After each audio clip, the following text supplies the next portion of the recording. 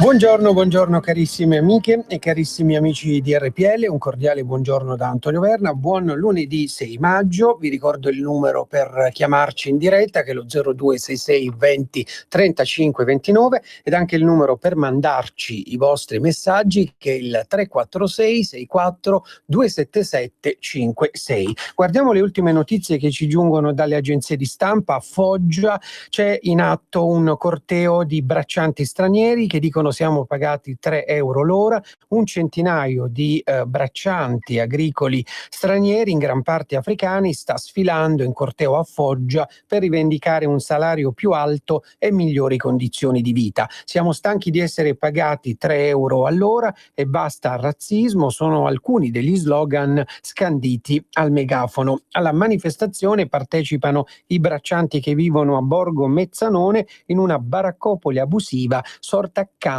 al centro richiedenti asilo. Una notizia adesso che riguarda l'immigrazione, c'è stato un arresto di pubblici ufficiali tra Lombardia e Piemonte, il ministro Salvini dice la pacchia è finita, un'operazione della polizia di Bergamo ha portato all'arresto di 10 persone, tra cui pubblici ufficiali, accusati a vario titolo di favoreggiamento aggravato dell'immigrazione clandestina, falsità ideologica commessa da pubblico ufficiale, alterazione di documenti per il rilascio di un titolo di soggiorno e diversi episodi di corruzione. L'operazione, che è stata denominata Yuan, ha interessato Bergamo e le province di Milano e Novara. Grazie alla polizia, business dell'immigrazione di massa, la pacchia è finita, così ha commentato il ministro dell'interno Matteo Salvini. Un'altra notizia che riguarda il caso Siri, il vice premier Di Maio dice niente crisi di governo se non la apre la Lega. Il leader del Movimento 5 Stelle Di Maio esclude una crisi di governo a meno che non sia la Lega a chiederla dopo il voto in Consiglio dei Ministri.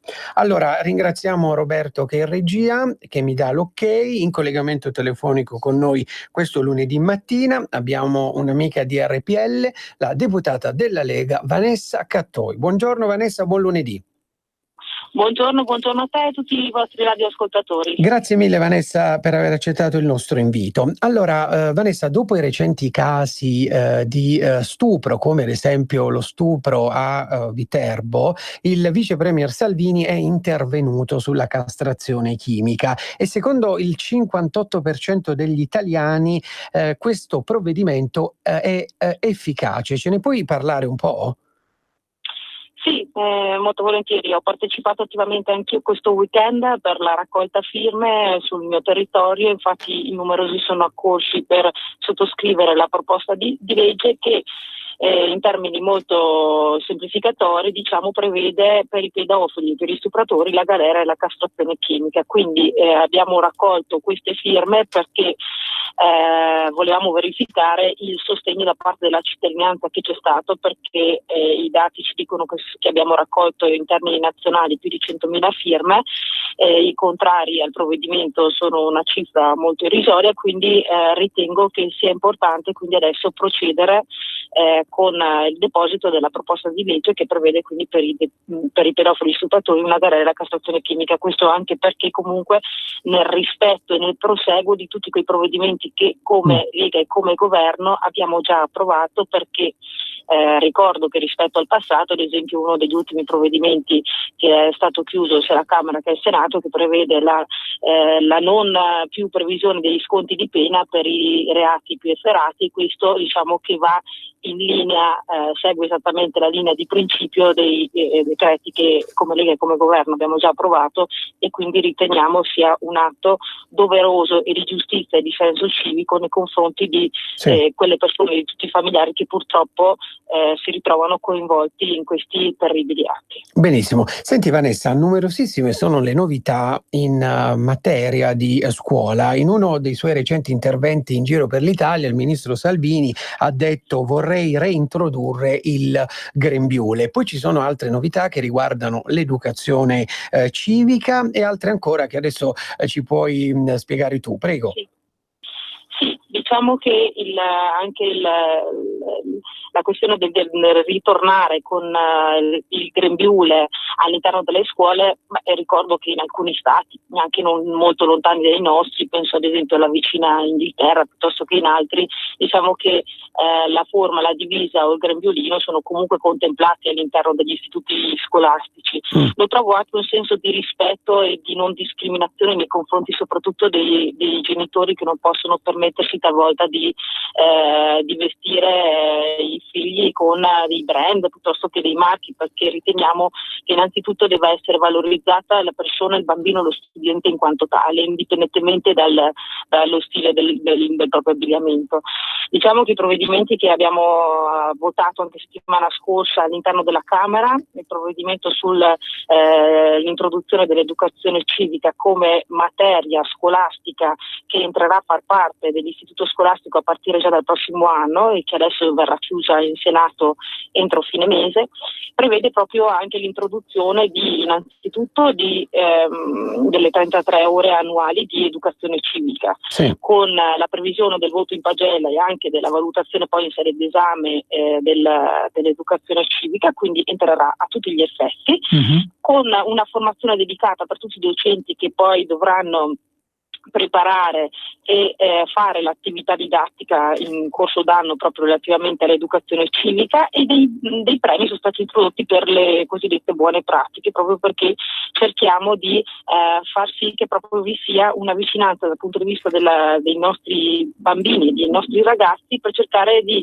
rafforzare quello che era già stato inserito, cioè il patto educativo di corresponsabilità che era già stato previsto e che oggi è previsto per le scuole medie e superiori. Lo abbiamo allargato e esteso anche a partire dalle scuole elementari. Sì. Verrà inserita poi una parte di educazione civica già a partire dalle scuole materne, nei vari ambiti, perché ad esempio sono stati inseriti, ne cito solo alcuni perché sono veramente svariati. Abbiamo cercato di ricomprendere all'interno di questa proposta di legge dei punti ben specifici, in modo che comunque ci fosse un indirizzo ben preciso. Ad esempio sono state inserite l'agenda per il 2030 per lo sviluppo sostenibile, quindi un'educazione anche rivolta all'ambiente, al rispetto dell'ambiente, l'educazione alla cittadinanza digitale, perché riteniamo purtroppo che i casi di revenge porn piuttosto che cyberbullismo siano veramente importanti da contrastare anche sui banchi di scuola, perché comunque i nostri bambini, i nostri ragazzi devono essere consapevoli, devono imparare a valutare anche criticamente quelle che sono le affidabilità o meno delle fonti che tante volte reperiscono appunto utilizzando strumenti digitali, penso al computer piuttosto che al cellulare. Oppure sono stati inseriti ovviamente gli elementi del diritto e quindi i riferimenti allo studio della nostra Costituzione. Poi abbiamo dei diritti del lavoro, educazione all'ambiente, come dicevo prima, educazione alla legalità, rispetto alla valorizzazione anche del patrimonio culturale, soprattutto dei beni pubblici. Certo. Questo è una cosa che purtroppo è stata persa anche per colpa non solo della scuola, ma penso anche per una responsabilità anche delle stesse famiglie, perché dobbiamo educare soprattutto i nostri figli ad avere rispetto di quella che è la res pubblica, che purtroppo si dà sempre per scontato e si pensa sempre che non abbia un valore, ma per mantenere tutto il patrimonio immobiliare pubblico ricordiamoci che contribuiamo tutti noi cittadini, quindi sensibilizzare maggiormente i nostri figli nel rispetto della res pubblica sia una cosa sia doveroso soprattutto da parte delle istituzioni, ma anche delle famiglie stesse, piuttosto che poi all'interno del provvedimento è stata inserita l'educazione stradale, l'educazione anche alla salute, perché questo va in linea con un altro provvedimento che è passato alla Camera ancora prima di fine anno e che adesso è al vaglio della Commissione in Senato per la chiusura, che era quello che prevedeva l'istituzione all'interno dell'ambito scolastico della figura professionale del professore di educazione fisica fin dalla scuola primaria, questo in via sperimentale. Era una proposta di legge, è stata la prima proposta che ho depositato appena arrivata in Parlamento, perché ritengo che proprio riagganciandomi all'educazione e alla salute, che è stata inserita anche all'interno del provvedimento dell'educazione civica, ritengo sia fondamentale Sì. per i nostri bambini, soprattutto ricordare l'importanza anche della prevenzione che si ha grazie ad uno sviluppo psicofisico armonico dei nostri figli. Ritengo che l'educazione fisica anche all'interno dell'ambito scolastico sia molto importante per educare i nostri figli non solo al rispetto degli altri attraverso le regole, ma anche il rispetto anche nei confronti dei bambini ragazzi che purtroppo hanno anche dei deficit fisici, e quindi questo serve molto anche per l'integrazione scolastica dei nostri ragazzi, ma proprio per una questione relativamente proprio all'educazione della salute, perché se noi ci prendiamo cura di noi stessi, preveniamo l'obesità, che poi comunque comporta una serie anche di problemi in termini di salute, ritengo che sia un importante obiettivo che andiamo a raggiungere in una fase di civiltà o di poca civiltà e di poco rispetto anche di quello che è il benessere psicofisico delle persone. Chiarissima, Vanessa. Abbiamo una telefonata, sentiamo chi c'è in linea. Pronto, buongiorno. Pronto, buongiorno, mi chiamo Angela e chiamo da Novara. Ciao Angela, buongiorno, prego. Buongiorno, senta, io sento nostalgia del professor Antonio Maria Rinaldi che non vedo più in televisione. Vorrei sapere per cortesia come mai... dov'è? Perché mi interessa il suo parere anche su tanti argomenti, tipo il caso Siri. Mi piacerebbe sentire anche il parere del professor Antonio Maria Rinaldi, anche se lo posso immaginare. È candidato alle prossime elezioni europee il professor Rinaldi, Angela, lo sai? Questo lo so, ma come mai in televisione non va più? Non lo so, questo non lo so. Va bene, allora speriamo che appunto possa sentirci, altrimenti gli riferiremo insomma del tuo sostenimento. Ecco. Allora, abbiamo un'altra telefonata? No. Allora Vanessa, volevo chiederti, tu fai parte della commissione bilancio, no? Quali sono le novità di questa commissione? Domani ci sono le previsioni economiche di Bruxelles sull'Italia.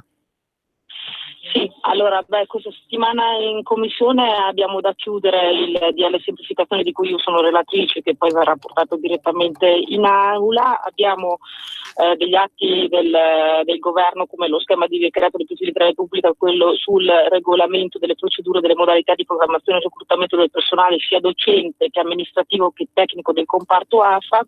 Poi abbiamo tutti gli atti di governo sulla ripartizione delle risorse del fondo per il rilancio appunto degli investimenti delle amministrazioni centrali dello Stato e dello sviluppo del paese, e poi ci sarà la programmazione per la settimana Ventura sul DL crescita, di cui la mia commissione è in sede referente assieme alla finanza, quindi ci sarà da programmare tutti i lavori di audizioni sul DL crescita che poi andremo a sviluppare e poi a discutere in commissione prima e poi in aula.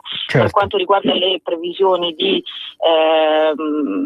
Bruxelles, io come ho già detto in altre occasioni durante altre interviste, io sarà per defezione professionale, ma io tendo sempre a guardare i dati a consuntivo più che a riferirmi ai dati previsionali. I dati a consuntivo per quanto riguarda l'Italia, direi che il primo trimestre è una conferma positiva, nonostante tutte le previsioni invece negative che erano state fatte a fine anno. Quindi direi che questo non vuol dire che vuol dire che da un punto di vista tecnico siamo usciti dalla tanto famigerata crisi, però questo ci impegna maggiormente ad inserire quei punti qualificanti che sono già stati inseriti all'interno appunto del decreto crescita, ma anche del decreto sblocca cantieri, che vanno proprio a cercare di rafforzare e a rendere concreta quell'inversione economica che è necessaria per il nostro paese per cercare di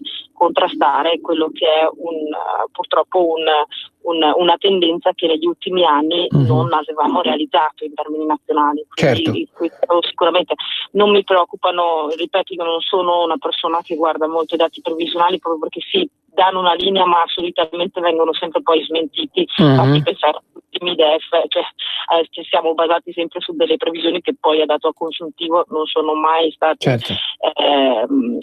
diciamo realizzate. Quindi il nostro impegno è quello di lavorare molto, lavorare portando a casa tutti quei provvedimenti che sono necessari per il rilancio e la crescita del nostro paese. Perfetto. Questo è il nostro impegno, il nostro operato quotidiano come deputati e parlamentari della Lega, soprattutto del governo che rappresentiamo. Benissimo, allora Vanessa, mancano ben 20 giorni al 26 maggio per le elezioni europee, no? Quale è secondo te l'idea di Europa dopo il 26 maggio? E poi ti ricordo che il 18 maggio c'è appunto l'evento a Milano in Piazza Duomo con il ministro Salvini, tu ci sarai? Sì. Ecco, Sì, allora ci sarò anch'io senz'altro, anche perché innanzitutto solitamente partecipo sempre a questi eventi, ma soprattutto in questa occasione del 18 maggio invito veramente tutti i cittadini italiani che sostengono il nostro programma di governo per un'Europa che sia un'Europa meno burocratica, meno in mano soprattutto alla finanza, ma che guardi più all'aspetto e alla vita pratica e quotidiana di tutti i cittadini europei, perché purtroppo in questa legislatura europea diciamo che l'Europa si è sempre più è sempre più allontanata da quelle che sono le esigenze di tutti i popoli europei, perché comunque ricordiamoci che i popoli d'Europa hanno una loro eterogeneità, ma questa eterogeneità non deve essere un vincolo, ne parlo proprio di vincoli in termini di rapporto deficit-PIL, giusto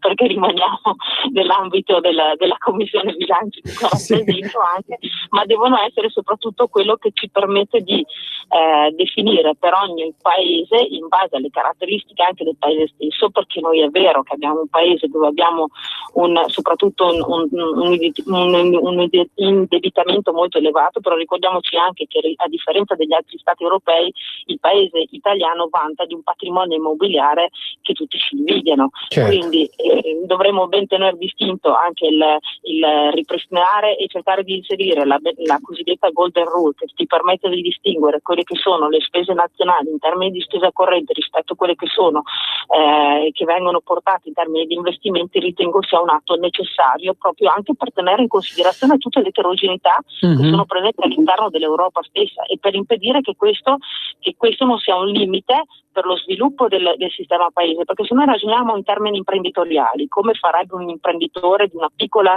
azienda italiana, io sfido a verificare quanti imprenditori abbiano iniziato la loro attività senza che un prestito avendo disponibilità tutti i soldi. Tutti gli investimenti necessitano comunque della questione della fiducia, no? Perché comunque nel momento in cui io riesco ad avere il finanziamento per il mio investimento, vuol dire che ho creato tutte le condizioni per far sì che la persona che mi concede il credito ha fiducia in quello che è il mio investimento. Benissimo. Ecco, io ritengo che sia necessario ritrovare proprio quella fiducia nel rilancio di investimenti ovviamente corretti, in questo caso per l'Italia sono gli investimenti infrastrutturali che permettono il rilancio del nostro paese, perché non possiamo permetterci di rimanere indietro rispetto agli altri paesi europei, perché questo ci precluderebbe una serie di importanti sviluppi futuri anche in termini attrattivi di investimenti sul nostro territorio.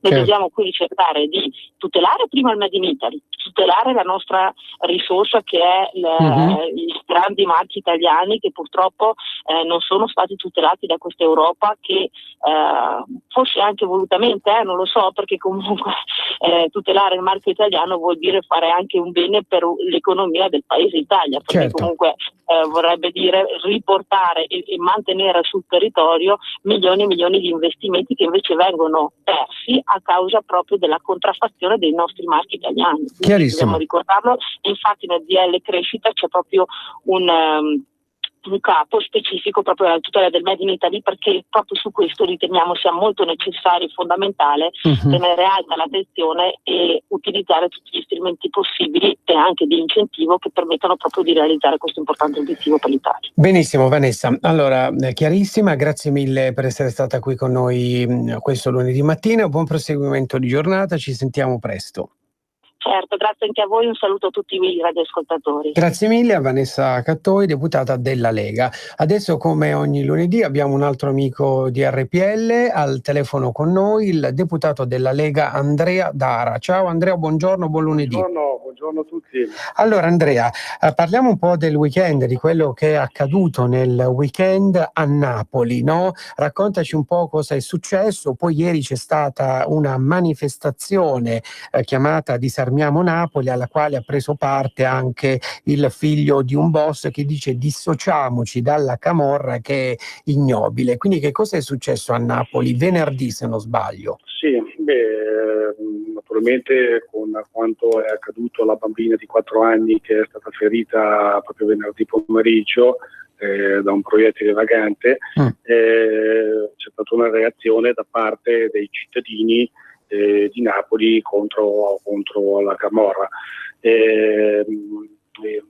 Quel che è accaduto è che anche un figlio di un esponente di spicco di un clan malavitoso, se non ricordo male Piccirillo, si è dissociato pubblicamente dalle scelte del padre, che non ha poi alla fine esitato di dire in piazza quel che ha pensato.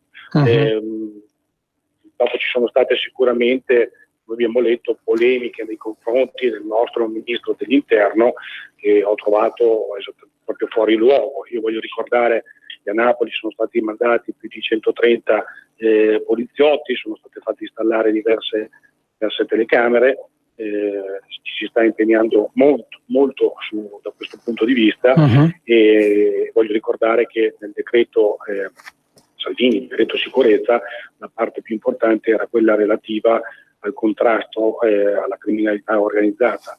Il nostro ministro dell'interno insieme a tutte le forze dell'ordine danno la caccia alle mafie italiane e straniere, non sono solo chiacchiere. Voglio ricordare che proprio, se non sbaglio, proprio nelle ultime ore sono stati arrestati 12 camorristi, alla faccia del Partito Democratico, delle forze di opposizione che continuano a criticare il nostro ministro dell'interno. Voglio ricordare che sempre con questo decreto sono state potenziate altre 4 sedi periferiche. Proprio penso che sia domani o dopodomani il nostro ministro inaugurerà la nuova sede a Milano, e quindi queste non sono parole ma sono fatti, quindi io mi attengo a questo. Benissimo. Senti Andrea, abbiamo una telefonata, Roberto dalla regia mi dice che abbiamo un'ascoltatrice, un ascoltatore, sentiamo. Pronto, buongiorno.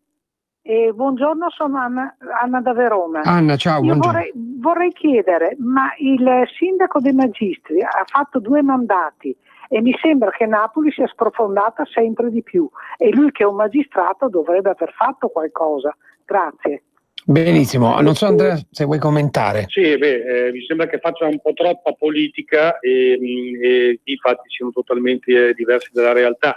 Io voglio ricordare che il ministro Salvini sta operando da 10-11 mesi nel suo ruolo. Il paese ce lo siamo trovati come ce lo siamo trovati da ormai 7-8 anni, che veniva gestito dal centro-sinistra, 7 anni, e quindi ci siamo messi in moto. Io voglio ricordare, sono anche amministratore locale, non è che in 10 mesi riesci a risolvere i problemi di un comune o di uno Stato. Ricordo che Magistris ormai è 10 anni che governa. Evidentemente se ci sono dei problemi dipende anche dalle scelte politiche che fa un sindaco. Evidentemente questi fatti, ricordiamoci che a Napoli non accadono da 10 mesi a questa parte, è anni e anni. Se torniamo indietro ci sono state diverse sparatorie purtroppo a Napoli e non sono accadute sicuramente in questo periodo e basta. Basta andare su internet, cliccare sparatoria, ma a Napoli vedrete che negli ultimi 7 anni ne sono state tantissime. E dare la colpa al ministro dell'interno vuol dire, lo trovo indecoroso e ignobile. Benissimo. Allora Andrea, andiamo un attimo in pausa pubblicitaria, ci risentiamo tra pochissimo. Grazie.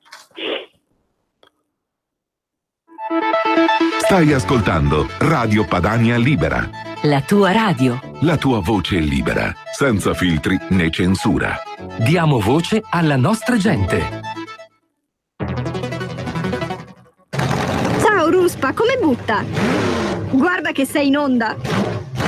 Donare il 2 per 1000 alla Lega è importante per i progetti di Matteo Salvini? Sì, la gente lo sa. Sa pure che D43 è il codice da scrivere sulla dichiarazione dei redditi.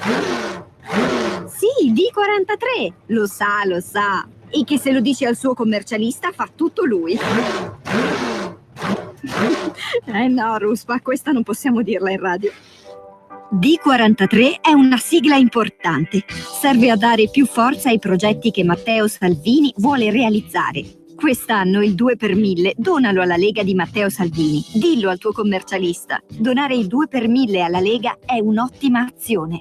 www.2per1000lega.it. Messaggio per tutti gli imprenditori, gli artigiani, i commercianti, i liberi professionisti. Hai un'attività? Dei prodotti da promuovere? Prova la pubblicità sulla nostra radio. Radio Padania ha preparato per te una grande promozione per aiutarti a sostenere la tua attività a tariffe davvero straordinarie. Informati, vedrai che si può fare. Mandaci una mail all'indirizzo spot@radiopadania.net. Con Radio Padania si può fare. Audace, istintivo, fuori controllo. Fuori posto, fuori moda, fuori tempo, ma rivoluzionari.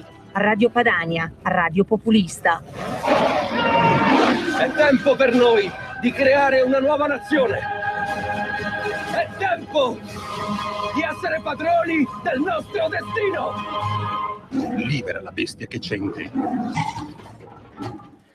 Rieccoci carissime amiche e carissimi amici di RPL, in collegamento con noi abbiamo Andrea Dara, deputato della Lega. Senti Andrea, sempre in questo weekend cosa è successo a Gaza? Quali sono poi le ultime novità che ci giungono? Sì, le ultime novità, per fortuna se ho preso bene le ultime informazioni, proprio dall'alba di questa mattina, dalle 4:30 in poi circa, è in vigore il cessate fuoco sulla striscia di Gaza, perché a quanto pare ci sia stato un accordo tra Hamas e Israele per fermare tutti questi attacchi reciproci che ci sono stati. Purtroppo il bilancio degli scontri del weekend di 21 vittime tra i palestinesi, ci sono stati 4 morti israeliani, sono più di 200 comunque i bombardamenti fatti e hanno ucciso diverse persone. Pare che ci sia stato che abbia fatto da mediatore. Abbiamo visto però già le uscite del presidente degli Stati Uniti, Donald Trump, che schiera fortemente vicino a Israele quanto è accaduto. Ricordiamoci che tutto è partito proprio da Hamas, che ha iniziato questi bombardamenti dove sono stati colpiti purtroppo diversi civili. Io adesso martedì domani mi recherò a Roma e parlerò col collega anche Paolo Formentini, che si occupa sempre in modo corretto della situazione esteri, e vedremo magari nei prossimi giorni darvi qualche informazione in più. Perfetto. Senti Andrea, abbiamo un'altra telefonata, giusto? Roberto dalla regia mi dice sì, pronto? Pronto, buongiorno Belusco. Ascolta, perché noi non pubblichiamo o alla radio non continuiamo a dire i numeri dei mafiosi arrestati in Sicilia, notoriamente terra di mafia, quando c'era il ministro degli interni Alfano, siciliano, oppure gli 'ndranghettisti in Calabria, quando c'era il ministro degli interni Minniti, calabrese, e adesso che c'è il ministro degli interni che è uno della Lombardia, mi sembra che i numeri siano 10 volte quelli che facevano loro, però se noi non continuiamo a dirlo la gente non lo sa. Arrivederci. Andrea, vuoi commentare? Concordo, manderò un messaggio al nostro ministro dell'interno che è giusto fare una pubblicazione magari quasi trimestrale, ogni semestrale, di tutti gli eventi accaduti, di tutti gli arresti che ci sono stati fatti nei confronti dell''ndrangheta, della mafia, della camorra. Sembra corretto, è giusto evidenziarli, magari facendo vedere quel che è accaduto in confronto al passato. Del resto le operazioni lo abbiamo fatto sugli sbarchi, che sono oltre il 90% in meno, possiamo farlo esattamente anche su questo tema. Certo. Senti Andrea, con te vorrei ricordare il brutto episodio successo a Manduria, dove è stato picchiato a morte un pensionato. Cosa ha spinto secondo te questi ragazzini ad utilizzare così tanta violenza nei confronti di un signore anziano, ecco?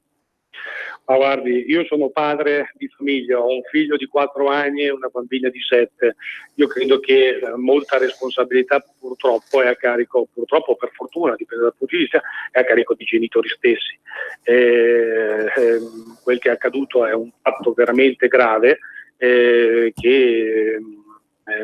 ci dà a pensare un po' che forse in alcune zone del paese ci siano alcune persone che evidentemente non hanno capito nulla di come funziona la vita e di come ci si deve comportare. Non so se possa servire, sicuramente è un tema che è stato battuto in questo periodo, che è stato votato settimana scorsa, che per legge abbiamo reintrodotto l'educazione civica a scuola. Non so se possa servire perché però quantomeno un qualcosa in più va nella direzione per educare meglio i ragazzi anche nei confronti dell'educazione, nei confronti anche delle altre persone.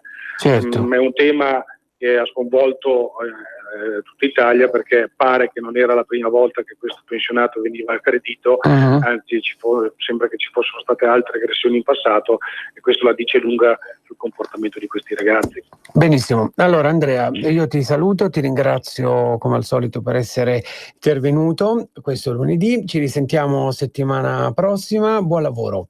Buon lavoro anche a voi e buona giornata. Grazie mille ad Andrea Dara. Allora adesso abbiamo un altro amico di RPL, Leonardo Tarantino, deputato della Lega. Ciao Leonardo, buongiorno, buona settimana.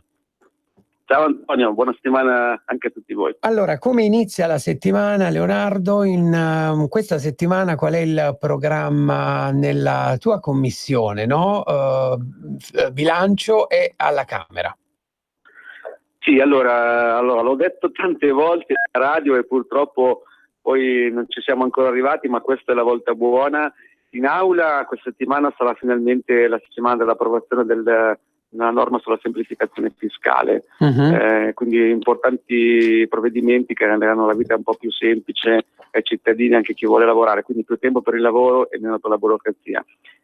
Mentre la Commissione Finanze inizierà questa settimana l'esame di questo provvedimento corposo, che è questo decreto crescita, che è uno dei due provvedimenti più importanti che il governo ha licenziato insieme allo sblocca cantieri, quindi dovrà andare in Parlamento. Quindi iniziamo la fase di discussione proprio nella nostra commissione e speriamo non solo di licenziarlo in fretta, ma anche di arricchirlo magari con qualcosa anche di nuovo e di ancora migliore rispetto a quanto è proposto dal governo. Senti Leonardo, in questi ultimi minuti leggiamo Trump affonda le borse con i nuovi dazi alla Cina, i mercati asiatici sono a picco, l'Europa in forte calo. Ci spieghi un po' che cosa succede, ecco? Beh, allora Trump fa una politica mirata alla tutela dell'economia americana. Dal suo punto di vista, come dire, sta ottenendo risultati importanti. Gli Stati Uniti hanno toccato il dato storico più basso dopo tantissimi anni sulla disoccupazione, hanno insomma i dati macroeconomici tutti che vanno nel verso giusto. Purtroppo questa scelta, che come dire per certi versi ricalca un po' anche le scelte che vogliamo fare noi di tutela dell'economia italiana, così, però mette un po' in crisi il sistema commerciale mondiale, quindi questo crea una serie di invece effetti non positivi sul resto dell'economia mondiale, quindi i rapporti commerciali con la Cina e tutto quello che poi ci girava intorno. Quindi diciamo che con Trump molte nazioni hanno dovuto essere anche irragionevoli, quindi poi lui alza le barriere, alza i dazi, lo fa all'interno degli Stati Uniti, questo un po' ci penalizza. Ecco. Benissimo. Senti Leonardo, ci sono delle novità sul caso Regeni? C'è la confessione di un agente egiziano che dice l'abbiamo sequestrato noi. Che cosa succede ecco adesso? Quindi ci sono degli sviluppi su questa vicenda? Ma sì, diciamo che le pressioni dello Stato italiano non sono mai mancate su questo omicidio, che non trova per i quali non si trovano i colpevoli. Proprio la scorsa settimana il Parlamento, la Camera dei Deputati ha istituito questa commissione d'inchiesta che appunto parlamentare, che è un altro segnale che vuol dare alla nostra nazione perché si faccia chiarezza. Sembra che forse non è stato quello, forse insomma era già nell'aria, però che qualcosa si stia muovendo ed emerga quello che sembra essere un po' la verità, che c'è stato il coinvolgimento dei servizi segreti egiziani che lo ritenevano a sua volta una spia al soldo dei servizi inglesi, e quindi sia successo poi purtroppo quello che è successo. Ecco, senti Leonardo, Confindustria dice per sbloccare i cantieri fermi il decreto legge è efficace se ci sono tempi rapidi, e poi auspica che il governo usi dei poteri sostitutivi per superare le inerzie della pubblica amministrazione. Questo l'ha detto Confindustria in audizione al Senato. Ti dico, il decreto sblocca cantieri, quali sono le novità?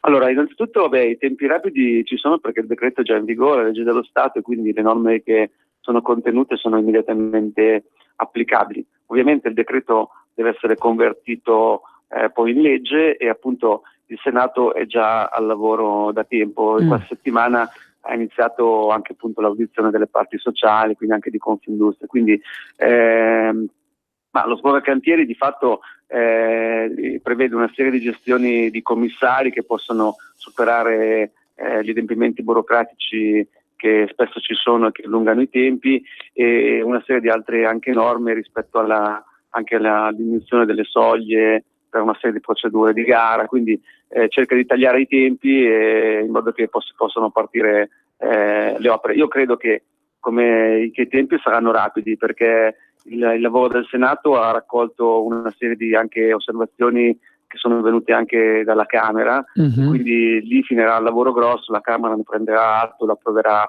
rapidamente con un voto credo di fiducia, ma perché il lavoro importante è stato svolto lì. Benissimo. Senti Leonardo, ricordiamo la vicenda del ponte di Genova, perché oggi c'è un ultimo rientro a casa per gli sfollati della cosiddetta zona nera. 25 famiglie insomma che vivevano sotto il ponte Morandi oggi vedranno per l'ultima volta le loro case, che poi verranno abbattute.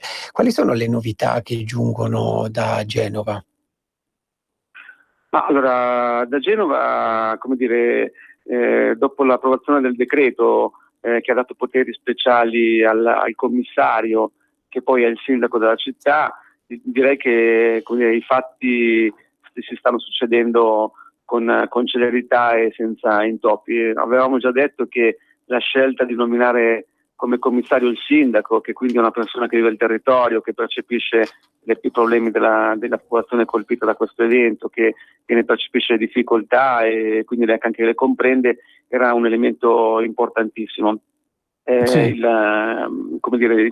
L'evento di oggi, quindi l'abbattimento purtroppo delle case che comunque sono nell'area di cantiere, che non potranno più rimanere lì, comunque è un altro passo in avanti rispetto alla esecuzione di tutto quello che serve. Quindi finora mi pare che ci è voluto un po' di tempo per avere lo sblocco del ponte che era stato sequestrato dalla magistratura, ma da allora si stia lavorando in modo celere rispetto a un cronoprogramma che era stato stabilito. Allora Leonardo, tu ci sarai sabato 18 maggio in Piazza Duomo a Milano? Beh certo, ci sarò io, ci saranno anche tanti miei colleghi, ci saranno anche i militanti della Lega qui della mia zona, della provincia di Varese. È un appuntamento importante, come ha spiegato Matteo Salvini, è un evento che non è solo della Lega, ma sarà un evento anche di tutti quei movimenti e partiti europei che per la prima volta si trovano tutti insieme a lanciare un messaggio forte rispetto a questo modello di Europa che deve cambiare. Quindi è importante esserci tutti, sarà una festa e anche un incoraggiamento rispetto agli ultimi giorni del voto. Benissimo, allora Leonardo, grazie mille, ci sentiamo presto, grazie per essere stato qui con noi oggi. Grazie. Grazie anche a te, Antonio. Grazie mille a Leonardo Tarantino, deputato della Lega, amico di RPL. Oggi è 6 maggio, lunedì 6 maggio. Vediamo che cosa succedeva negli anni passati. Il 6 maggio, ad esempio il 6 maggio del 2012, François Hollande viene eletto il 24esimo presidente della Repubblica francese. Poi il 6 maggio del 2008 Aung San Suu Kyi, che è la politica birmana attiva da molti anni nella difesa dei diritti umani sulla scena nazionale del suo paese, viene premiata con la medaglia d'onore. Poi nel 2007, il 6 maggio del 2007, in Francia il ballottaggio tra Ségolène Royal e Nicolas Sarkozy per le elezioni presidenziali vede vittorioso il candidato conservatore. E nel lontano 6 maggio 2006 muore Lilian Asplund, che è stata l'ultima testimone oculare della tragedia del Titanic, ancora in vita. All'epoca dei fatti, pensate, aveva 6 anni. Vediamo altri anni. Il 6 maggio del 1967 in Vaticano Papa Paolo VI riceve l'attrice Claudia Cardinale e Antonella Lualdi, le quali per la prima volta nello Stato della Chiesa indossano delle minigonne. E vediamo tantissimi anni fa, ad esempio il 6 maggio del 1889, la Torre Eiffel viene ufficialmente aperta al pubblico durante l'Esposizione Universale di Parigi, e il 6 maggio del 1840 in Inghilterra entra in uso il primo francobollo della storia, il penny black. Allora, Roberto mi dà l'ok perché abbiamo in collegamento telefonico il nostro prossimo ospite, il senatore della Lega, Maurizio Campari. Buongiorno Maurizio.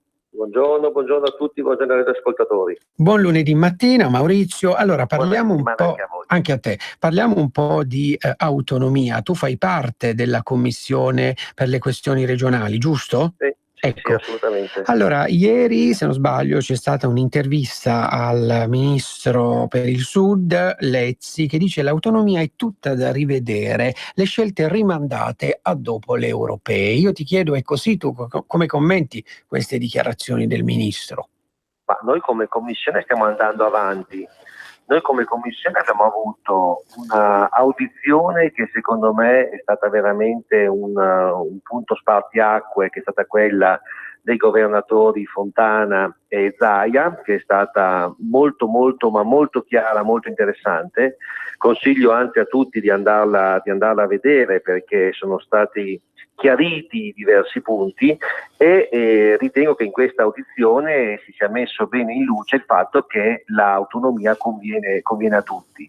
Noi come Commissione quindi andiamo avanti, proseguiamo per la nostra strada, dopo poi dal punto di vista governativo ovviamente poi ci saranno degli equilibri da trovare, non è un mistero insomma il fatto che noi crediamo veramente tanto in questa cosa, in questa autonomia, e ovviamente c'è un'altra parte che invece, diciamo così, va un po' più convinta, ecco. Sì. Però mi sembra che la direzione che è stata intrapresa sia irreversibile. È nel contratto di governo, credo che stiano lavorando molto bene sia i governatori che il ministro Stefani, e quindi mi sembra che tornare indietro sia veramente una cosa sciocca, insensata, ecco. Benissimo. Senti Maurizio, per quanto riguarda invece il fenomeno droga, no? Il ministro Salvini è intervenuto più volte nei suoi interventi in giro per l'Italia su questo tema, no? E dice è pronta un'operazione a tappeto città per città, ma di che cosa si tratta, ti chiedo? Partiamo dal presupposto che la droga è una piaga che veramente bisogna combattere con tutte le energie, perché sta sempre di più prendendo piede, e bisogna veramente smettere di dare dei messaggi che vanno in direzione invece contraria. Mi riferisco a tutta una serie di personaggi anche politici che insomma sicuramente non fanno il bene dei nostri ragazzi soprattutto, e non solo loro. Le operazioni del ministro Salvini sono le operazioni del ministro dell'Interno, che voglio dire sono volte a combattere la droga soprattutto nel settore appunto dei nostri ragazzi, dei più giovani, davanti alle scuole. Una vasta operazione si vuole fare davanti a tutte le scuole, ma è un qualcosa che va in continuo con una politica che stiamo già perpetuando da diverso tempo. Voglio dire, non è che sia la prima operazione che viene fatta. Da parte nostra c'è veramente una ferma volontà di andare ad arginare questo problema. Lo mettiamo così ben in evidenza e lo mettiamo in atto con i fatti, e ci aspettiamo che anche gli altri facciano lo stesso. Benissimo, chiarissimo. Senti, in questi ultimi giorni è apparsa una notizia della nave Sea-Watch, no? Sarebbero multati i parlamentari che salirono sulla ONG prima del medico, dovrebbero pagare 2.000 euro. Ti chiedo, ci puoi dare delle ulteriori novità su questo? Sinceramente novità, chiedo scusa, ma non le ho. Io posso solamente dire che quando finalmente si arriva a delle decisioni di buon senso, io sono solo che contento, perché veramente qua si sta veramente andando nella fantascienza, voglio dire, il fatto stesso di come è terminata la vicenda, voglio dire, ne è indice. Qui c'era della gente che andava con un barchino, sono andati su una nave sequestrata, non è possibile fare queste cose, sono segnali assolutamente sbagliati. Io sono molto contento che si ristabilisca un attimino di normalità. Sì, senti, volevo chiederti poi, c'è un sondaggio, no, che dice che gli italiani sono favorevoli alla castrazione chimica. Tu che ne pensi di questo? No, non è che sono solamente favorevoli, noi abbiamo vissuto nello scorso weekend abbiamo tastato, non vissuto, chiedo scusa, il polso della situazione, perché ai banchetti in tutta Italia abbiamo raccolto le firme. Io stesso, essendo anche segretario di sezione, sono andato nel banchetto della mia sezione che abbiamo organizzato in centro a Parma, ed era un continuo di gente che veniva a firmare a sostegno di questo disegno di legge. È chiaro che anche qua la volontà popolare è quella di dare un segnale forte. Tra l'altro la castrazione chimica sarebbe su base volontaria, insomma, siamo tutto un disegno di legge attorno, non è il messaggio che vogliono far passare sempre un determinato tipo di schieramenti, che si andrebbe ad agire fisicamente, diciamo così, con misure drastiche, ma sarebbe una cura proprio ormonale, tra l'altro su base volontaria, a disposizione. C'è in tantissimi paesi, non c'è solamente in Italia, anche in Europa, anche nell'Unione Europea, e quindi si tratta ancora una volta di andare a parlare seriamente di misure che sono volte sia alla sicurezza dei cittadini che anche alla libera scelta di chi dovrebbe sottoporsi a questa misura. Certo. Senti Maurizio, in questa settimana qual è il programma che c'è al Senato? Noi siamo bloccati con lo sblocca cantieri, detta così. Noi siamo in commissione con lo sblocca cantieri, perché oggi abbiamo incominciato le audizioni. Io sono in pausa in questo momento, anzi adesso scappo perché secondo me stanno anche già riprendendo. E, abbiamo le audizioni, abbiamo il tema degli emendamenti domani, per poi andare, presumo io, in commissione a votarli nella commissione congiunta nostra e ambiente, cioè i lavori pubblici e ambiente, secondo me fa il fine settimana e inizio della prossima, perché prima ovviamente devono passare dalla quinta. Insomma, ci sono altri passaggi che devono essere fatti prima della votazione finale in commissione. Teoricamente dovrebbe arrivare il voto finale in aula la settimana prossima, però c'è tutto un lavoro alle spalle che non si vede, ma che vi garantisco è veramente duro, estenuante, perché si parla veramente di tanti emendamenti importanti che è da portare avanti, che è da fare in questa settimana. Si parte dalle audizioni, ne avevamo già fatte tantissime negli scorsi mesi come Commissione Lavori Pubblici, ne stiamo ripetendo adesso in maniera puntuale proprio sui punti dello sblocca cantieri in questi 2 giorni, dopodiché andremo a fare sintesi di tutto e da mercoledì in poi si partirà con le votazioni nelle varie commissioni. Benissimo, allora Maurizio ti lasciamo, buon lavoro, buon proseguimento di giornata e grazie per oggi. Io vi ringrazio e tanti saluti ancora a tutti. Grazie. Grazie mille a Maurizio Campari, senatore della Lega. Guardiamo le ultime notizie che ci giungono dalle agenzie di stampa. Una notizia che riguarda la sparatoria a Napoli di venerdì scorso. In un video il killer scavalca il corpo della bimba. Sono le immagini shock di un filmato che riprende la scena della sparatoria a Napoli in Piazza Nazionale, nella quale è rimasta ferita una bambina di 4 anni. Domani ci sarà l'incontro Conte-Sarraj, il premier libico sarà a Roma. Domani in mattinata, a quanto si apprende, il premier Giuseppe Conte incontrerà il premier del governo di accordo di unità nazionale libico. Sarraj, il premier libico, nelle prossime ore volerà infatti a Roma. Andiamo a vedere altre notizie che ci giungono dalle agenzie di stampa. Una notizia di cronaca: spara ad un rapinatore, poi si ferisce ad una mano. Nel napoletano il malvivente era armato e fuggito con i soldi. Ha reagito alla rapina sparando alcuni colpi di pistola contro il malvivente armato che gli chiedeva l'incasso. Il rapinatore è rimasto incolume, non ha risposto al fuoco, ha lasciato sul pavimento la propria arma e si è impossessato del registratore di cassa in cui c'erano solo 30 euro. Adesso, in questi ultimi 3 minuti prima della pubblicità, sentiamo dalla pagina Facebook del ministro Salvini, chiediamo a Roberto se ci siamo, il suo intervento da Foligno. Di incontri a sinistra non capiscono come si possa fare il ministro bene, in contatto quotidiano, ora per ora, con questure, prefetture, polizia, carabinieri, finanza, ma nel contempo non stare sigillato a dormire in ufficio, ma girare l'Italia, a incontrare i cittadini, a incontrare i sindaci, a incontrare gli agricoltori, ascoltare i imprenditori. Si può. A proposito, mi dispiace perché fuori c'è una marea di gente che non riesce a entrare, non so se qualcuno riusciamo a farlo entrare. Virginia, vai a vedere se riusciamo a far entrare qualcuno magari con quei corridoi. Sì, dai, sono un 200 persone in più, dai, apri le porte, fai entrare un po' di gente, dai.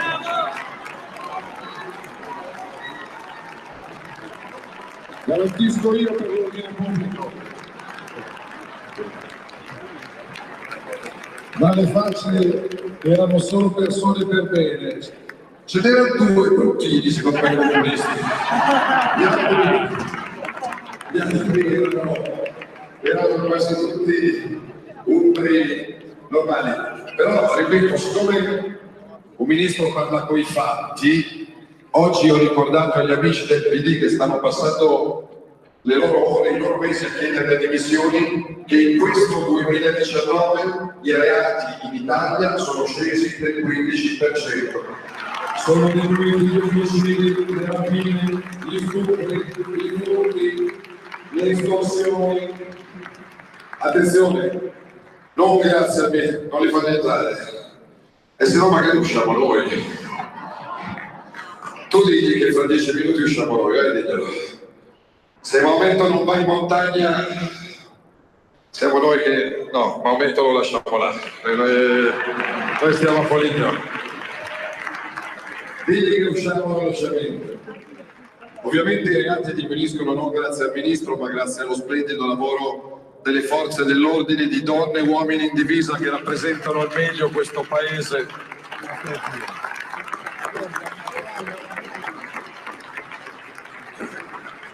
Questi sono i fatti, la vita vera. Poi c'è la polemica politica, quella del Partito Democratico, poveretti. In Umbria stanno preparando gli scatoloni non solo a Foligno ma anche in Regione, perché arriva un vento di pulizia e si cambia. E finalmente ci si tornerà a occupare di trasporti, di strade che non ci sono, di ferrovie che non funzionano, della E45, degli ospedali da riaprire invece che da chiudere, del sostegno all'agricoltura, perché ci sono i fondi per gli agricoltori che aspettano da mesi o da anni di essere erogati. Ciao Ruspa, come butta? Guarda che sei in onda! Donare il 2 per 1000 alla Lega è importante per i progetti di Matteo Salvini? Sì, la gente lo sa. Sa pure che D43 è il codice da scrivere sulla dichiarazione dei redditi. Sì, D43! Lo sa. E che se lo dice al suo commercialista fa tutto lui. È bravo Ruspa. D43 è una sigla importante. Serve a dare più forza ai progetti che Matteo Salvini vuole realizzare. Quest'anno il 2 per 1000 donalo alla Lega di Matteo Salvini. Dillo al tuo commercialista. Donare il 2 per 1000 alla Lega è un'ottima azione. www.2per1000lega.it. Messaggio per tutti gli imprenditori, gli artigiani, i commercianti, i liberi professionisti. Hai un'attività? Dei prodotti da promuovere? Prova la pubblicità sulla nostra radio. Radio Padania ha preparato per te una grande promozione per aiutarti a sostenere la tua attività a tariffe davvero straordinarie. Informati, vedrai che si può fare. Mandaci una mail all'indirizzo spot@radiopadania.net. Con Radio Padania si può fare. Sono Giovanna della Mondoflex. Mondoflex. Stiamo presentando una nuova collezione di materassi. Venite a provarli, vi aspettiamo con pagamenti rateali, senza interessi, con trasporto, montaggio e smaltimento dell'usato gratuito, con detrazioni fiscali e con il bonus mobili, con il recupero del 50% della spesa. Mondoflex conviene sempre. A Treviolo e a Melzo, il sabato orario continuato. Mondoflex reti e materassi. A Treviolo, Melzo, Monza, Erba, Crema, Castelmella Briscia e Desenzano del Garda. Per la tua pubblicità su Radio Padania Libera, scrivi a spot@radiopadania.net.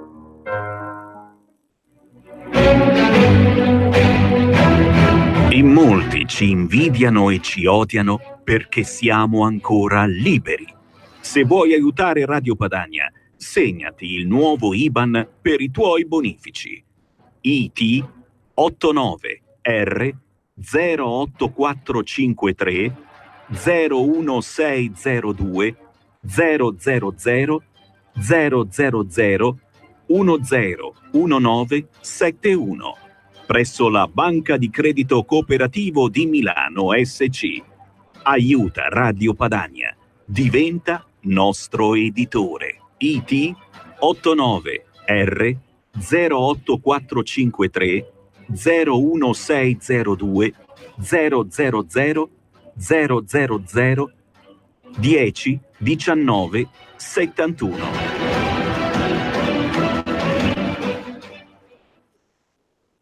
Rieccoci carissime amiche, carissimi amici di RPL, in collegamento telefonico con noi. In questo momento abbiamo Guido Guidesi, sottosegretario di Stato alla Presidenza del Consiglio dei Ministri. Buongiorno Guido. Buongiorno a tutti voi. Grazie mille per aver accettato il nostro invito. Allora Guido, possiamo fare un bilancio sui provvedimenti che questo governo ha portato a casa e quelli che il governo dovrà ancora portare a casa? Prego. Ma guarda, il bilancio ci vorrebbe un po' di tempo, perché a tutti gli effetti noi abbiamo concretizzato, direi in maniera assolutamente positiva ed efficace, ciò che avevamo promesso in campagna elettorale. Cito alcune questioni che riguardano insomma un po' di argomenti vari, tra cui la legittima difesa che è stata per la nuova legge promulgata la scorsa settimana, il primo step riguardante la flat tax che riguarda circa 980.000 partite IVA che da quest'anno pagheranno solo il 15% e il prossimo anno abbiamo già scritto in legge di bilancio che quel limite di fatturato aumenterà, per cui saranno coinvolte ancora di più partite IVA. Poi abbiamo fatto il quota 100 che manderà in pensione quest'anno circa 130.000 persone, sostituite in parte da circa 30.000 nuovi giovani assunti che se non avessimo fatto lo strumento di quota 100 non avrebbero trovato un posto di lavoro. Poi cito il decreto sicurezza, il blocco degli sbarchi che ha assunto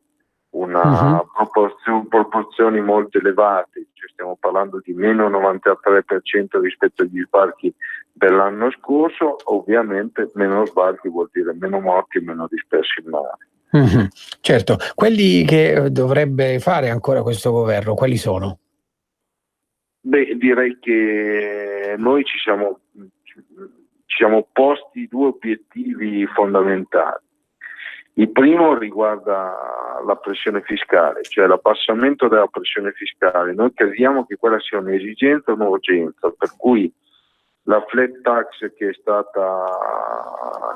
viene sperimentata con quello che ci siamo detti prima già da quest'anno deve diventare una soluzione generale, per cui va fatto un ulteriore passo avanti, un passo avanti che va fatto nella direzione non solo delle aziende come abbiamo fatto delle partite IVA, ma anche nella direzione dei privati, per cui dobbiamo assolutamente fare in modo che i nostri cittadini paghino meno, perché ci vuole una rivoluzione fiscale, una semplificazione fiscale.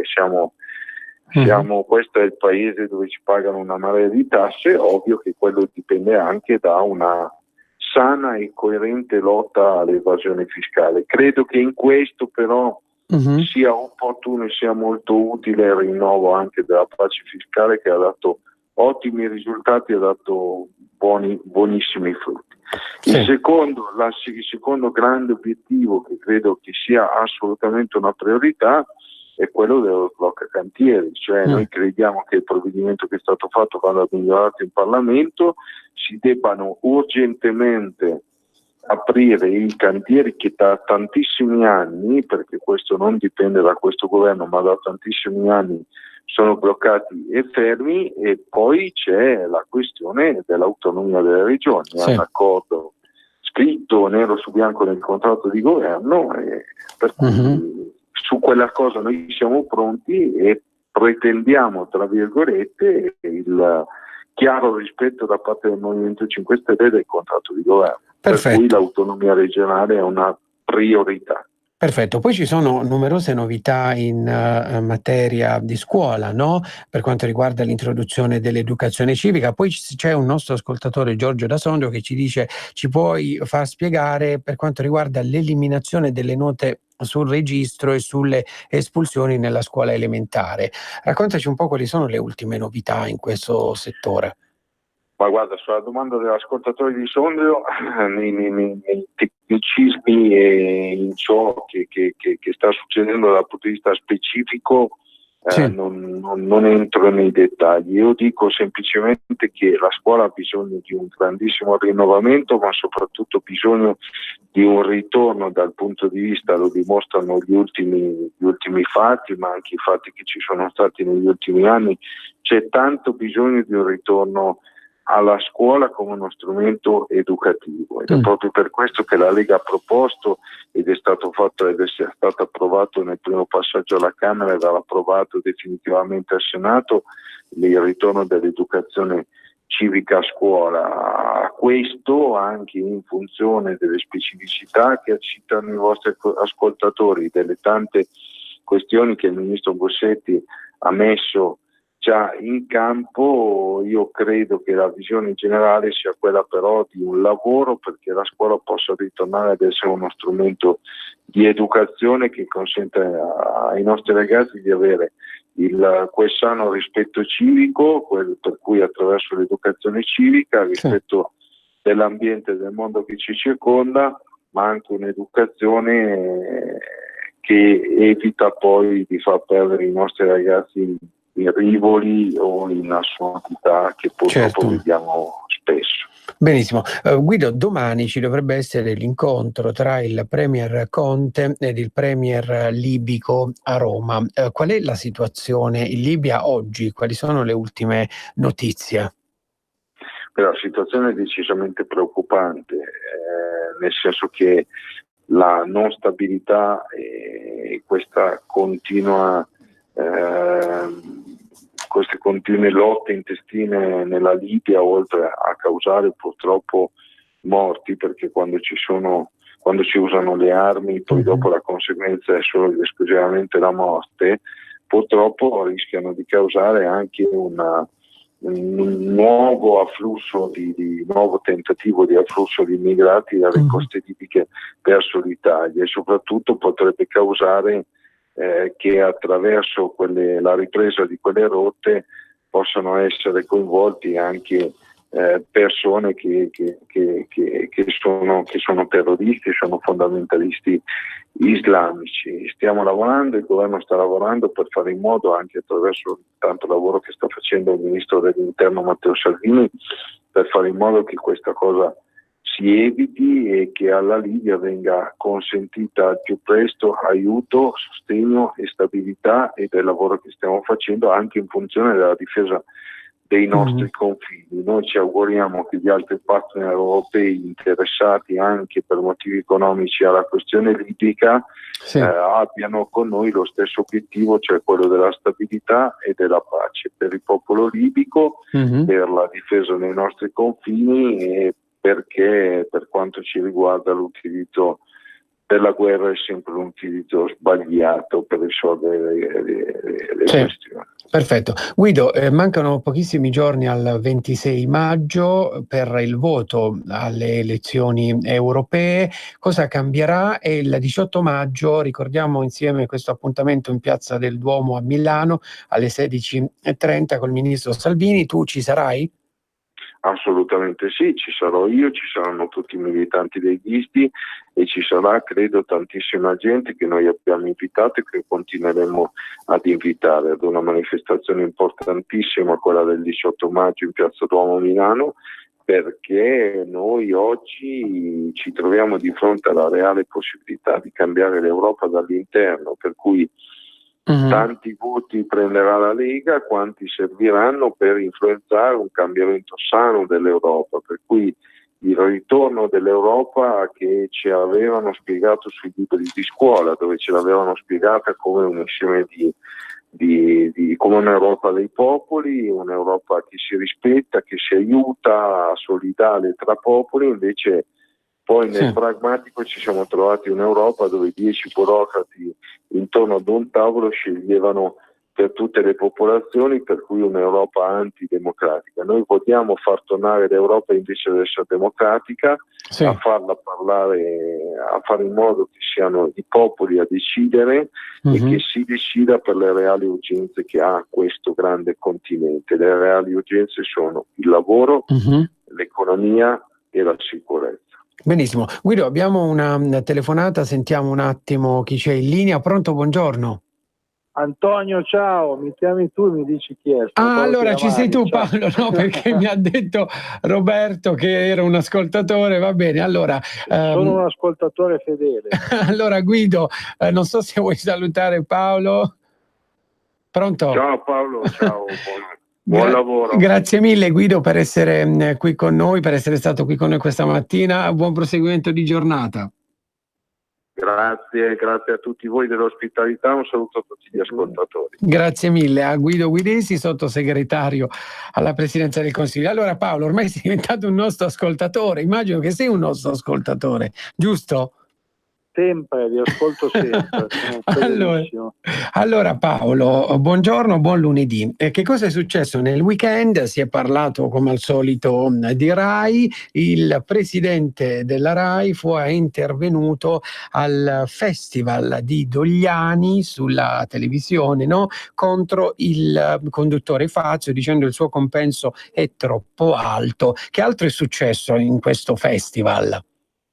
No, praticamente giustamente il presidente Marcello Foa sul discorso dei compensi ha sposato la linea della Lega e di Matteo Salvini, per la quale Fazio ha un compenso troppo oneroso, un compenso che deriva non solo dal fatto che ha un contratto artistico che gli permette di sforare 240.000 euro, che è il tetto massimo, ma soprattutto perché produce il format che poi vende la RAI, quindi ha compensi milionari e sono fuori dalla portata della TV pubblica. Se è così bravo a essere presente sul mercato con le cifre, lo può fare, a mio modo di vedere, sulla TV privata, ma siccome credo che tutto questo non sia possibile, bisogna smetterla di avere personaggi come Fabio Fazio che costano milioni di euro e non portano un valore aggiunto alla RAI. Sì, senti Paolo, altre novità in tema Rai, no? Per i prossimi palinsesti della prossima stagione ci sono? Hai delle novità? La novità più importante è su Una mattina estate il ritorno dell'amico Roberto Poletti, che con molte probabilità sarà uno dei conduttori, una persona che conoscete forse voi meglio di me, visto che è stato per tanti anni direttore di RPL, sì. ma vicino al pensiero sovranista, e sicuramente una persona che può portare un valore aggiunto in Rai. E la partner femminile chi sarà? Su questo ci sono ancora alcuni nodi da sciogliere, per cui non mi voglio esprimere.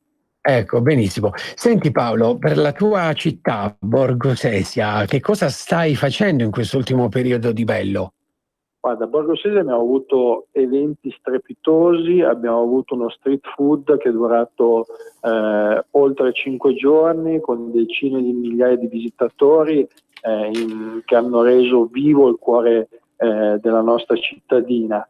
Adesso il prossimo evento, che è quello più importante, riguarda la festa patronale, il 29 giugno, quindi 28 e 29 giugno ci saranno eventi in tutta la città importantissimi e anche degli ospiti di eccezione. Si parla di Federica Carta sabato 29, probabilmente avremo anche un ridotto dei Pooh venerdì 28 per accontentare i giovani e i meno giovani, portando sempre nella nostra bella cittadina tante persone e promuovendo il territorio, che è il mio pallino da sempre. Certo. Senti Paolo, leggo dal Fatto Quotidiano, no? Si parla del CNEL. Mercoledì in Senato ci dovrebbe essere l'iter per l'abolizione, mentre l'ente, dice il Fatto Quotidiano, ha presentato un DDL per salvarsi. Ti ricordi, ne abbiamo parlato all'inizio, no? Quando ci siamo sentiti, il ministro Fraccaro dice inadeguato agli scopi la chiusura nel contratto. Secondo te come andrà a finire? Io dico che il CNEL porta sfiga, visto che era uno dei pallini di Matteo Renzi, concedetemi la battuta. No, battute a parte, è sicuramente un ente inutile. Io francamente mi sono informato più volte, ho letto lo statuto e l'attività che fa a me sembra un poltronificio, quindi ottimo. Poi come dice il ministro Fraccaro nel contratto, speriamo che i tanti impegni presi bilateralmente dal contratto vengano rispettati. Questa è una frecciatina che mi sento di dare. Benissimo. E ora che sulle autonomie si proceda a passo spedito. Senti, il vice premier Di Maio alcuni giorni fa ha avvertito il ministro Salvini, dice: chi vuole le province si trovi un altro alleato. Anche sulle province tu come la pensi? Ma io penso che chi faccia un'affermazione di questo genere non conosca la realtà degli enti locali. Io ho avuto la fortuna 10 anni fa, il mio primo incarico importante, di fare l'assessore in provincia quando era ancora un ente elettivo. Sono degli enti, le province, che hanno degli scopi precisi. Oggi chi si occupa di strade, le province, con quali risorse, con quale attenzione, sugli edifici scolastici, per le scuole superiori, tutto molto lasciato a casaccio. In una provincia piccola come la mia si fa fronte comune tra amministratore e i pochi funzionari rimasti nell'ente, ma nelle province, nelle città metropolitane, che poi sono di fatto delle province anche in realtà più grandi, è tutto lasciato un po' a casaccio. Delle due l'una: o si aboliscono, ma secondo me c'è una quantità di personale, seppur ridotto, ancora importante, e di strutture che non possono essere abolite, quindi valorizziamole. Non è il costo dei consiglieri, degli assessori, che porta sperpero di denaro pubblico, anzi dà maggiore attenzione. Certo. Io sono favorevole. Paolo, abbiamo una telefonata, non credo sia un altro amico deputato di RPL, ma un ascoltatore o un'ascoltatrice. Pronto? Pronto, parlo da Torino, non sono una candidata, anche se sono lo dico in un italiano imperfetto, sono molto simpatizzante per la Lega. E come si chiama lei, signora? Io Ida. Ida, signora Ida, prego. Allora, volevo dire, Di Maio ha dato quella risposta che a lui le province, l'ha detto lui chiaramente, noi non abbiamo dei 5 Stelle, non abbiamo nessuno da proporre, perciò la cosa non ci interessa. La risposta di un vicepresidente è quella, mi sembra che come intelligenza, insomma, io non dico niente, però lascio a voi la conclusione. Grazie e speriamo che Salvini tenga duro e Siri anche. Chiamparino a casa, signora, Chiamparino a casa. Chiamparino a casa, dice Paolo. Speriamo, perché lui si vanta che la sanità è riuscito a togliere tanti debiti dalla sanità, e invece nella sanità, se noi vogliamo avere una visita, andiamo a pagamento, e difatti è per quello che non avendo più noi non facendo più spendere a lui, allora il suo debito diminuisce, ma aumenta il nostro, perché le visite privatamente sono quelle che sono. È per quello che speriamo in bene, che ci togliamo veramente quello che ha fregato Cota in tutti i sensi. Speriamo in bene, cerchiamo di mettercela tutta, perché abbiamo le capacità e l'intelligenza per fare questo. Buon proseguimento. Grazie, buongiorno signora Ida. Paolo, vuoi aggiungere qualcos'altro?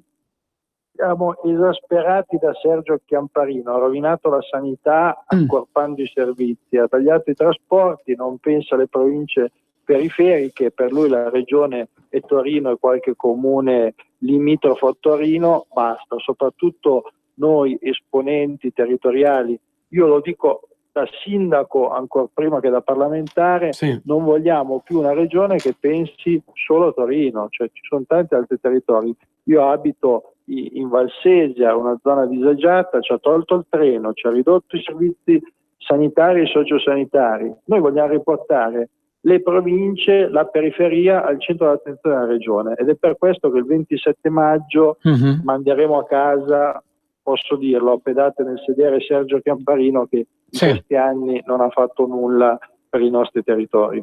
Paolo, adesso da Torino spostiamoci a Napoli, no? I medici della bambina di Noemi, purtroppo ferita, dicono ha avuto una ferita da guerra, resta sedata. Tu come commenti quel gravissimo episodio di venerdì scorso nella città campana?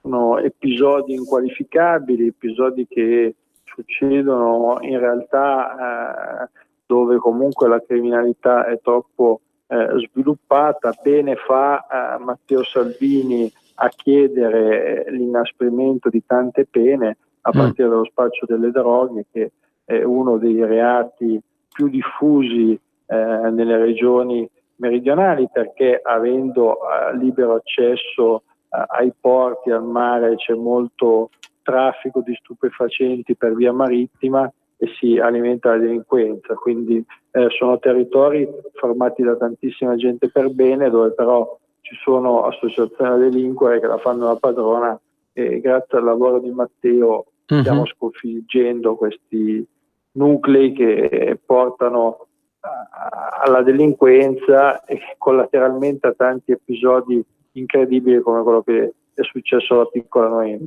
E a proposito di Campania, Paolo, ne approfitto per ricordare che oggi alle 12 il ministro Salvini sarà ad Avellino, poi a Salerno alle 15 e addirittura alle 18 ad Aversa e alle 20:45 a San Giuseppe Vesuviano. Tu che ne pensi di tutto questo bagno di folla nei diversi giri per l'Italia del ministro Salvini, specialmente in quest'ultimo weekend? Guarda, Matteo, che io conosco da tantissimi anni, mi ricordo quando per lui, noi giovani padani, abbiamo fatto la campagna elettorale del 2004, in cui venne eletto europarlamentare. È una persona che ha capito l'importanza di stare al contatto con la gente, che è sempre stata un marchio di fabbrica degli amministratori leghisti, però lui, anche grazie ai social, ai nuovi mezzi di comunicazione, grazie al grande team di Luca Morisi, in primis, è riuscito a entrare nel cuore della gente. Il fatto che basta preannunciare 2 o 3 giorni prima che Salvini sarà in quella piazza, io l'ho visto a Biella 2 settimane fa quando Matteo è venuto, avere 4.000 persone in un piccolo capoluogo di provincia senza preavviso, e vuol dire che sei amatissimo, non sei solo un fenomeno mediatico, sei una speranza per l'Italia e per gli italiani. E addirittura gli eventi sono tantissimi, come leggo qui dalla pagina Facebook del Ministro: 7 maggio Pavia, 8 maggio Ascoli Piceno, 4 maggio a chiudere la campagna elettorale alle 3 del pomeriggio, poi farà anche altre tappe a Vercelli, capoluogo della mia provincia, dove andiamo al voto. Per me è una gioia immensa, perché abbiamo un grande sogno: vincere il primo turno. Non è facile, dopo 5 anni di amministrazione PD, ma con Andrea Corsaro ce la possiamo fare. Benissimo. Paolo, non ti lascio ancora perché abbiamo un altro ascoltatore, un'altra ascoltatrice. Sentiamo chi c'è. Pronto? Pronto? Sì, pronto, buongiorno. Buongiorno, sono Franco della provincia di Brescia. Ciao Franco, prego. Ascolta, quella bambina lì a Napoli, tutta la mia solidarietà, perché un bambino è sempre un bambino. Però se noi non ci ricordiamo, mi ricordo che anni addietro la Campania, la media degli omicidi era 150-200 e tutti i giorni mettevano il numero in più, no? Sì. Di questa bambina senz'altro, quasi sono d'accordo con tutti, ma se non ci fosse stato Salvini, ministro dell'Interno, questo cancano non l'avremmo mica sentito. Vi ringrazio, buongiorno. Grazie mille. Allora Paolo, se vuoi aggiungere qualcos'altro, altrimenti ti lasciamo andare. Ci salutiamo, sono contento delle nostre chiamate, è un piacere parlare con i vostri ascoltatori. Bene. Teniamo duro che fino al 26 maggio, fino all'ultimo minuto in cui si può votare, bisogna trasmettere il verbo della Lega e di Matteo Salvini a tutti i nostri conoscenti. E Paolo, ricordiamo poi l'appuntamento del 18 maggio. Assolutamente, a Milano, la manifestazione più grande d'Europa, però anche tu ti voglio vedere pancia a terra a chiedere voti e preferenze per la Lega. Va bene, va bene. Sotto tiro. Va bene, grazie mille a Paolo Tiramani, deputato della Lega, in questa chiacchierata simpatica che abbiamo avuto oggi.